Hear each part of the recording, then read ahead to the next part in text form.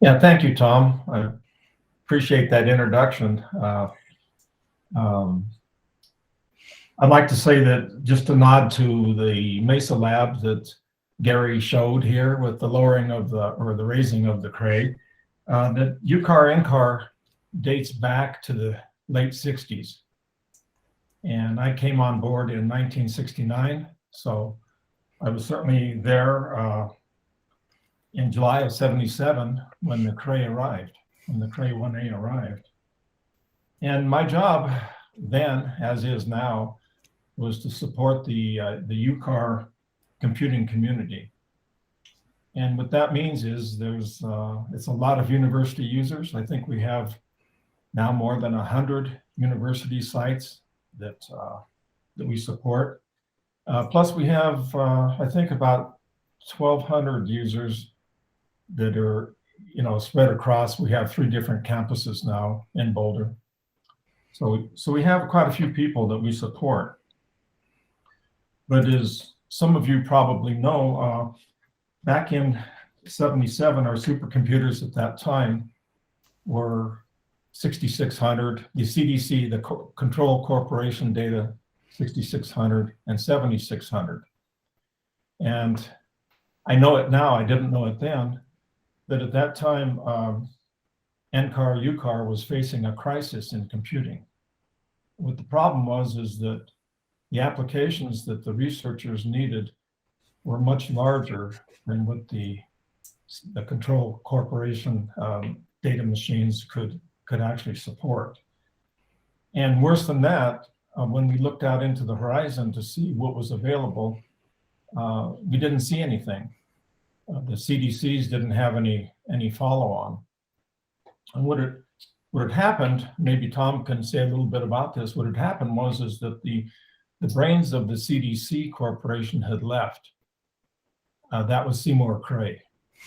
And it turned out that it looked like there was no follow-on. They were working on something called the STAR, but it didn't seem like it was viable. So around 1974, a couple of our engineers went out and said, okay, let's see what Seymour Cray is up to. They visited the Midwest. I can't remember the city, but it was in Wisconsin.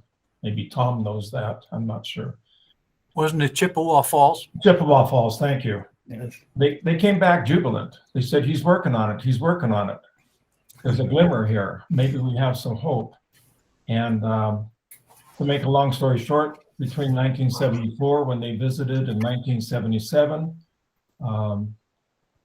Seymour and his team had actually developed a Cray 1A. So in July of 77, we did receive that machine, as Gary has said. But for me, support personnel, nothing changed. And for a lot of my colleagues, nothing changed. What the problem was that the Cray arrived, but it really didn't have a friendly operating system, and it didn't have a friendly compiler. So even though it was installed on the computing floor, we didn't have users using it. But the interesting thing was that while I was still supporting all the CDC stuff, there was a whole team of Cray research people and some of our own NCAR software engineers who were working day and night. They were working really hard to get that operating system going and to get that compiler going. And lo and behold, 8 months later, I believe it was about 8 months, those items were ready. And so we began acceptance test. And at that time, our acceptance testing wasn't very well developed. I think we were running something called the General Circulation Model, the GCM, and that was one of the first applications that we had run on the Cray. Again, maybe Tom can correct me on this. There may have been other applications. Yeah. So I can leave off here at this point, but maybe I'll say a few more things.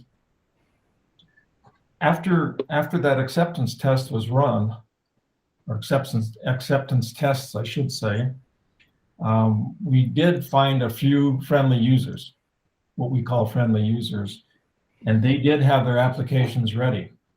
So some of these people, I guess I should say at this point, I should bring out my little prop here of computer cards. I don't know.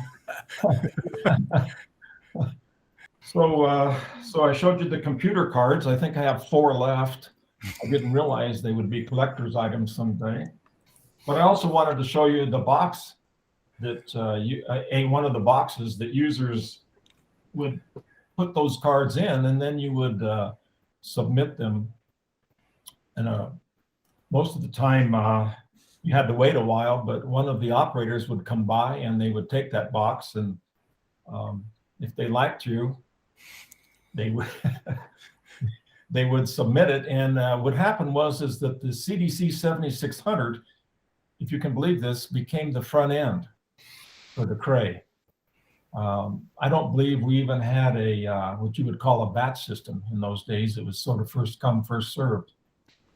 Kind of a joke was if the operator didn't like you, they might they might take the cards out of the box and just hold it up, hold the whole deck up as they were talking to you.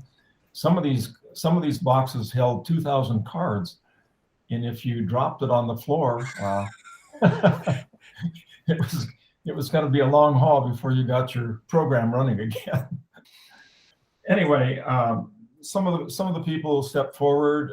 They started running their applications, and the most important thing I'd like to say is that for these users, it was a godsend. The Cray 1A was a godsend, because before that, they were trying to use the CDC 7600. There were some reliability problems there.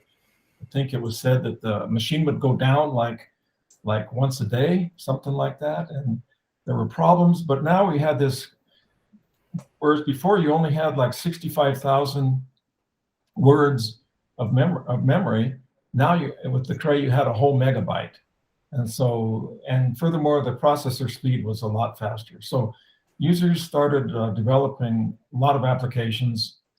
Didn't happen right away, but into the 80s, you could start seeing the beginnings of the climate research. But I would like to say one thing, and that is that one of our sister sites we've really cherished is the ECMWF at Reading. And it turns out they often paralleled us in terms of the hardware. I believe they had a Cray 1A about the same time we did. And so we shared a lot of software between us. And to this day, we still share a lot of software and we still share a lot of data. And if you care to Google this, there is a fellow by the name of Clive Temperton. And Clive wrote, he worked for ECMWF. He wrote a lot of the fast Fourier transforms that were used for decades afterwards in our most sophisticated models. So I just want to give a nod to Clive Temperton. I think with that, I'm gonna put in a closing statement here that there's only one thing I really want you all to remember, and that is when you look at Summer's, I think she's going to provide a URL or a link or a set of links here. And there's one in there called The Evolution of Supercomputing at NCAR. And that's what I would like for you to remember. And if you really care about the history of what went on here, that link takes you from the beginning all the way to 1989. So with that, I'm going to put in my bid to close here, unless there are questions.